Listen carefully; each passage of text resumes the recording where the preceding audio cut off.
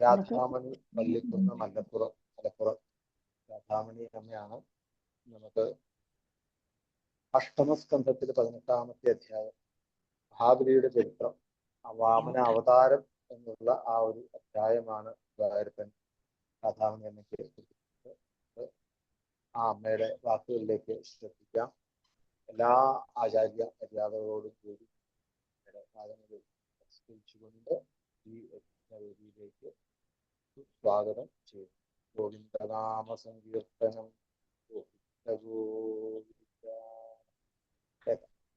ഹരി ഓം. ശ്രീ ഗുരുഭ്യോ നമ. എനിക്കിപ്പോ ഇവിടെ പറഞ്ഞ പ്രഭാഷണം പോലെ ഒന്നും പറയാൻ എനിക്കറിയില്ല തിരുമേനി, പിന്നെ എല്ലാവരും ക്ഷമിക്കണം. ഓം നമോ ഭഗവതേ വാസുദേവായ. ഓം ശ്രീ സരസ്വത്യേ നമ. എനിക്ക് ആദ്യം 18-ാം അധ്യായത്തിൽ വാമനമൂർത്തിയായി അവതരിച്ച 18-ാം അധ്യായമാണ് എനിക്കിവിടെ തന്നിട്ടുള്ളത്.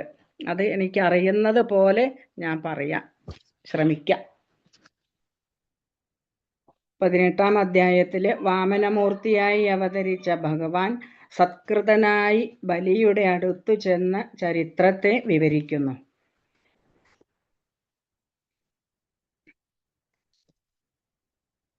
ഇത്തം വിരിഞ്ചസ്തുത കർമ്മവീര്യ പ്രാദുർബഭൂവാമൃതദ്ഭൂരദീത്യാം ചതുർഭുജ ശംഖഗദാബ്ജചക്ര വിശങ്കവാസാ നളിനായ ദക്ഷണ.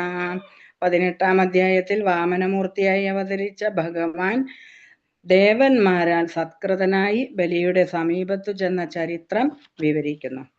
ശ്രീ ശുകമുനി അരുളി ചെയ്തതാണ്. അടുത്ത കശ്യപ പ്രജാപതി ദേവമാതാവായ ദേവഹൂതിക്ക് പയോവ്രതം ഉപദേശിച്ചു കൊടുത്തു. വളരെ ചിട്ടയോടുകൂടി ആ അമ്മ ആ വ്രതത്തെ സ്വീകരിച്ചു. പാലുമാത്രം ആഹാരമാക്കി ശ്രീഹരിയെ മാത്രം മനസ്സിൽ ധ്യാനിച്ച് വളരെ ഭക്തിയോടുകൂടി ആ വ്രതത്തെ അനുഷ്ഠിച്ചു. അങ്ങനെയിരിക്കെ ഭഗവാൻ അവതരിച്ചു. ശ്രോണായാം ശ്രവണദ്വാദശ്യാം മുഹൂർത്തേ അഭിജിതി പ്രഭുഃ സർവേ നക്ഷത്രധാരാദ്യാശ്ചക്രതുസ്തജ്ജന്മദക്ഷിണം. ചിങ്ങമാസത്തിലെ വെളുത്ത ദ്വാദശിയും തിരുവോണവും കൂടിയ ദിവസം അഭിജിത്ത് എന്ന നക്ഷത്രം, അതായത് ഉത്രാടത്തിന്റെ അവസാനത്തെ 15 നാഴികയും തിരുവോണത്തിന്റെ ആദ്യത്തെ 4 നാഴികയും കൂടിയ സമയമാണ് അഭിജിത്ത്. ആ സമയത്താണ് ഭഗവാൻ അവതരിച്ചത്. സൂര്യനും ചന്ദ്രനും മുതലായ ഗ്രഹങ്ങൾ ശുഭസ്ഥാനങ്ങളിൽ നിന്ന് ഭഗവാന്റെ അവതാര സമയത്തെ ശോഭനമാക്കി തീർത്തു. ദ്വാദശി ദിവസം മധ്യാഹ്നത്തിൽ സൂര്യൻ നിൽക്കുമ്പോൾ വിജയ എന്ന മുഹൂർത്തത്തിലാണ് ശ്രീഹരിയുടെ അവതാരം ഉണ്ടായത്. ശംഖ്, ദുന്ദുഭി, മൃദംഗം, പണവം, ആനകം എന്നീ വാദ്യങ്ങളുടെ ശബ്ദവും പെരുമ്പറകളുടെ ശബ്ദങ്ങളും അപ്സര സ്ത്രീകളുടെ നൃത്തവും ഗന്ധർവന്മാരുടെ പാട്ടും മുനികൾ, ദേവന്മാർ, മനുക്കൾ, പിതൃക്കൾ, അഗ്നികൾ ഇവരെല്ലാം സ്തോത്രം ചെയ്തു.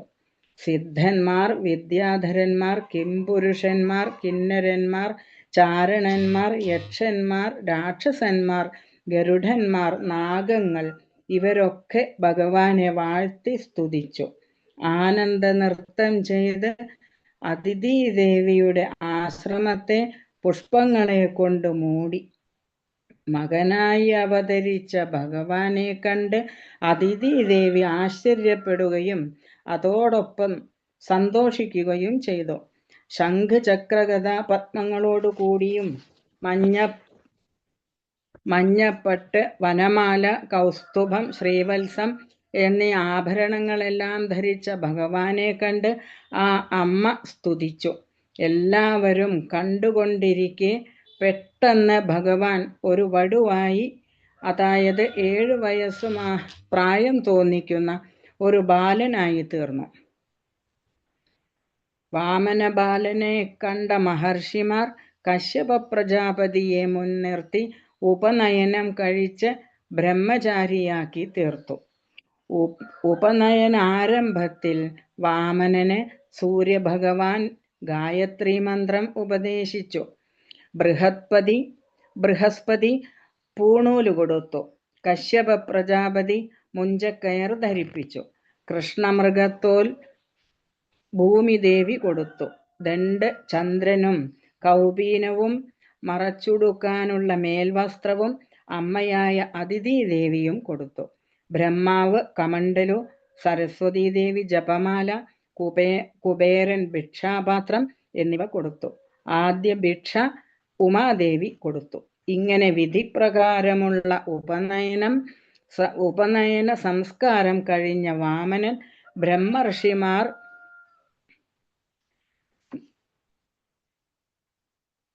നിറഞ്ഞ സദസ്സിനെ തന്റെ തേജസ് കൊണ്ട് നിഷ്പ്രഭമാക്കി തീർത്തു. ഉപനയനത്തിനായി ബ്രാഹ്മണർ ജ്വലിപ്പിച്ച അഗ്നിയിൽ നെയ്യൊഴിച്ച് പൂജിച്ച ശേഷം ബ്രഹ്മചാരിയായ ഭഗവാൻ ഹോമവും ചെയ്തു. ശുക്രമഹർഷിയുടെ പൗരോഹിത്വത്തിന്റെ കീഴിൽ അശ്വമേധയാഗം നടത്തിക്കൊണ്ടിരിക്കുന്ന മഹാബലിയെ പറ്റി കേട്ട വാമനൻ ഓരോ കാൽവെപ്പിലും തന്റെ ഭാരം കൊണ്ട് ഭൂമി താണു പോകുകയാണോ എന്ന് തോന്നിക്കുമാറ് ആ യാഗശാലയിലേക്ക് യാത്രയായി.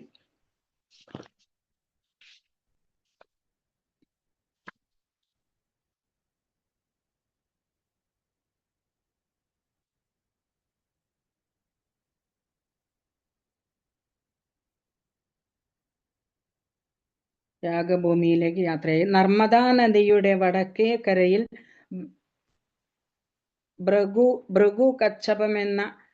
ഭൃഗുപത്കച്ഛമെന്ന പേരായ ക്ഷേത്രത്തിൽ ഉത്തമയാഗമായ അശ്വമേധത്തെ അനുഷ്ഠിപ്പിക്കുന്ന ഭൃഗുകുലജാതന്മാരായ ശുക്രാചാര്യർ മുതലായ ബലിയുടെ ഹൃത്തിക്കുകളും ഉണ്ടായിരുന്നു. ഒരു ഉജ്ജ്വല തേജസ് അകലെ നിന്ന് യാഗശാലയിലേക്ക് വരുന്നതു കണ്ട് സൂര്യനോ അഗ്നിദേവനോ സനൽകുമാരന്മാരോ മഹർഷിയോ യാഗം കാണാൻ വരികയാണോ എന്ന് സംശയിച്ചു.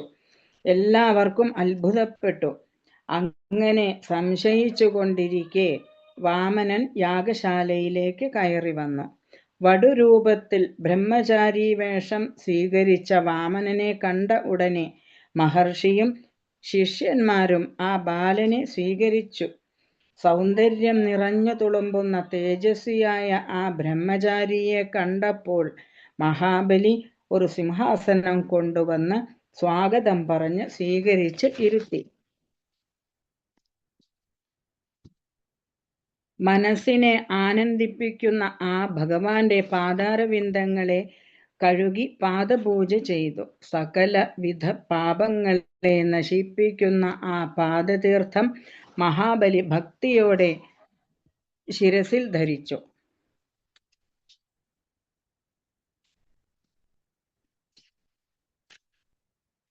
ആ പാദതീർത്ഥം ശിരസിൽ ധരിക്കാൻ ഇടവന്നതുകൊണ്ട് എൻ്റെ പാപം മുഴുവൻ നശിച്ചു.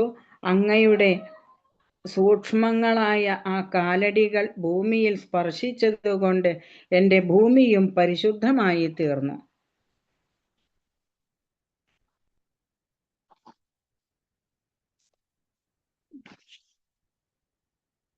ഇതിനൊക്കെ സാധിച്ച ബലിയുടെ ഭാഗ്യത്തെ വർണ്ണിക്കാൻ എനിക്ക് വാക്കുകൾ കിട്ടുന്നില്ല പരീക്ഷിത്തെ എന്ന് ശ്രീശുക മഹർഷി പറഞ്ഞു. ഈ മഹാബലി പ്രഹ്ലാദന്റെ മകൻ വിരോചനന്റെ മകനാണ് ബലി. 1000 അശ്വമേധയാഗം നടത്തിയ ആളായിരുന്നു ബലി. ത്രിലോകാധിപതിയായിരുന്നു.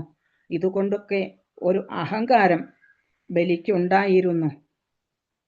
ആ അഹങ്കാരത്തെ നശിപ്പിക്കാൻ വേണ്ടിയാണ് ഭഗവാൻ വാമനാവതാരമായി ബലിയോട് 3 അടി മണ്ണ് യാചിച്ചതും 3ാമത്തെ അടി മെല്ലെ ശിരസിൽ കാൽ വെച്ച് സുതലത്തിലേക്ക് അയച്ച ബലിക്ക് മോക്ഷവും കൊടുത്തു. ആ ബലിയുടെ മോക്ഷത്തിനു വേണ്ടിയാണ് മഹാവിഷ്ണു വാമനനായി അവതരിച്ചത്.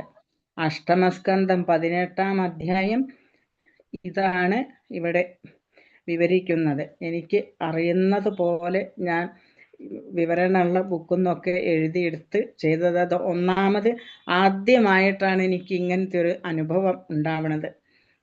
ഇതുവരെ ഞാനൊരു പ്രഭാഷണം ഒന്നും ചെയ്തിട്ടില്ല.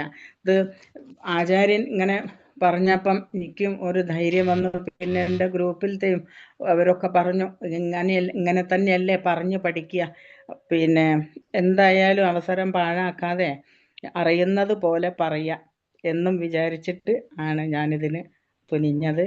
എന്ത് തെറ്റുണ്ടെങ്കിലും എല്ലാവരും എന്നോട് ക്ഷമിക്കുക. വളരെ ചെറിയതായിട്ടുള്ള പ്രഭാഷണമേ ഞാൻ എഴുതിയിട്ടുള്ളൂ, അത്രേ എനിക്ക് അറിയുള്ളൂ. അതുകൊണ്ടാണ് എല്ലാം തിരുമേനി ആചാര്യൻ്റെയും എൻ്റെ ഗുരുവായൂരപ്പൻ്റെയും പാദങ്ങളിൽ സമർപ്പിച്ചുകൊണ്ട് ഞാൻ എൻ്റെ വാക്കുകൾ ചുരുക്കുന്നു. ഹരി ഓം. സർവത്ര ഗോവിന്ദ നാമസങ്കീർത്തനം. ഗോവിന്ദ ഗോവിന്ദ. ഗോവിന്ദനാമ സങ്കീർത്തനം. ഗോവിന്ദ ഗോവിന്ദ.